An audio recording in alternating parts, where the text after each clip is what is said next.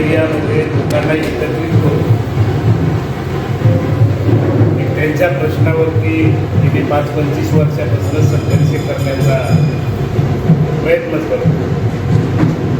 एक 11,000 एकलव्य संघटनेच्या शाखेची निर्मिती करून लोक एका विचाराच्या पातळीवरती एकत्रित करण्याचा प्रयत्न आम्ही केलेला आणि त्याच विचाराचा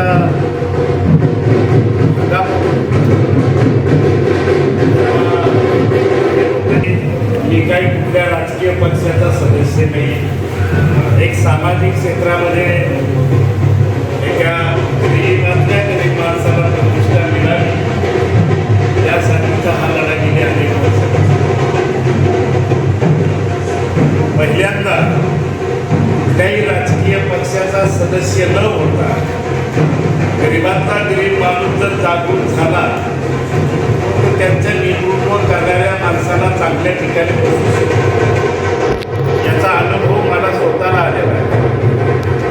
मी 4 वर्षे महाराला अध्यक्ष होतो. त्याला राज्यमंत्र्याचा दर्जा आहे. ज्या लोकांना राहण्यासाठी घर नाही त्या लोकांची शहरातली घरं बांधून देण्याची जिम्मेदारी 4 वर्षे मी यशस्वीपणे सांभाळण्याचा प्रयत्न केला. आम्ही सगळे ही समतेच्या विचाराची पाहिजे आणि म्हणून जगद्गुरु संत तुकाराम महाराजांचा नामचा आणि वारकरी संप्रदायाचा हा जवळचा सण. आम्हाला खात्री आहे की या महाराष्ट्रामध्ये वारकरी संप्रदाय हे महाराष्ट्राचं कल्चर आहे, ही संस्कृती आहे आणि वारकरी संप्रदाय महाराष्ट्रातला मायनस जर झाला तर या पुरोगामी विचाराच्या महाराष्ट्राला काही अर्थ राहणार नाही, काहीच अर्थ राहणार नाही. आणि ही प्रचंड मोठी शक्ती आहे की या शक्तीनं हा महाराष्ट्र घडवला. समता, स्वातंत्र्य, बंधुत्व, न्याय ही तत्व महाराष्ट्राला पहिल्यांदा कुणी दिली असेल तर या महाराष्ट्रातल्या संत परंपरेने दिली. कर्मकांड, अंधश्रद्धेच्या विरोधामध्ये पहिलं बंड कोणी पुकारलं असेल तर या संत परंपरेनं पुकारलं. आणि म्हणून काही लोकांना तेव्हापासून ह्या गोष्टी मान्य नव्हत्या.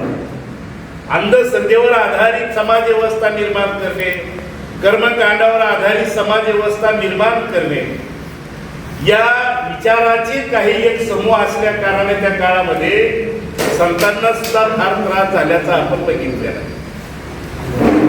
काल परवा महाराज 1-2 महिन्यापूर्वी एका नेत्याचं भाषण ऐकलं आणि त्यांनी त्यांच्या जिल्ह्यामध्ये जाऊन सांगितलं की लोकांचा प्रचंड प्रतिसाद आहे आणि त्याच्यामुळे त्या नेत्याच्या स्मृती आता इथली लोक पुसतील, त्यांचा इतिहास मिटून टाकतील याची मला खात्री आहे. आणि म्हणून मला शंका येते की संत तुकाराम महाराजांविषयी सुद्धा काही शक्तीचा प्रचंड रोष राग असू शकतो. कारण ज्या अर्थी तुकाराम महाराजांच्या गाथा या इंद्रायणी नदीमध्ये बुडवण्याचं काम झालं,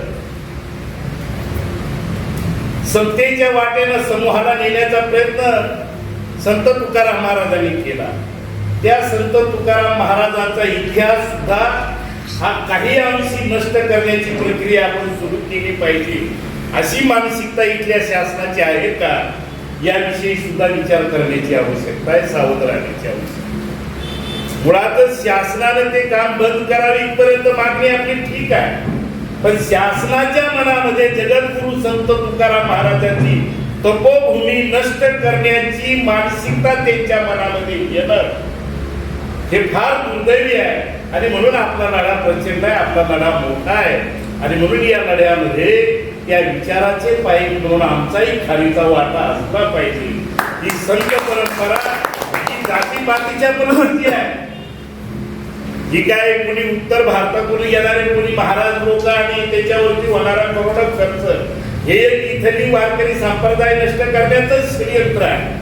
जेव्हा आम्ही पंढरपूरला जातो वारकरी त्यावेळेस तो प्रत्येक जातीचा, धर्माचा, पंथाचा, गोर, गरीब, शेतकरी, कष्टकरी, भूमी ही सगळी माणसं एक चांगला विचार मनामध्ये भाव ठेवून जातात. हे महाराष्ट्राचं कल्चर आहे आणि हे जर कुणाला संपवण्याची कुणी भाषा करत असेल, तशा दृष्टीनं प्रयत्न करणार असेल तर तुम्ही आम्ही सर्वांनी त्या शक्तीच्या विरोधामध्ये बंड करण्याची आवश्यकता आहे.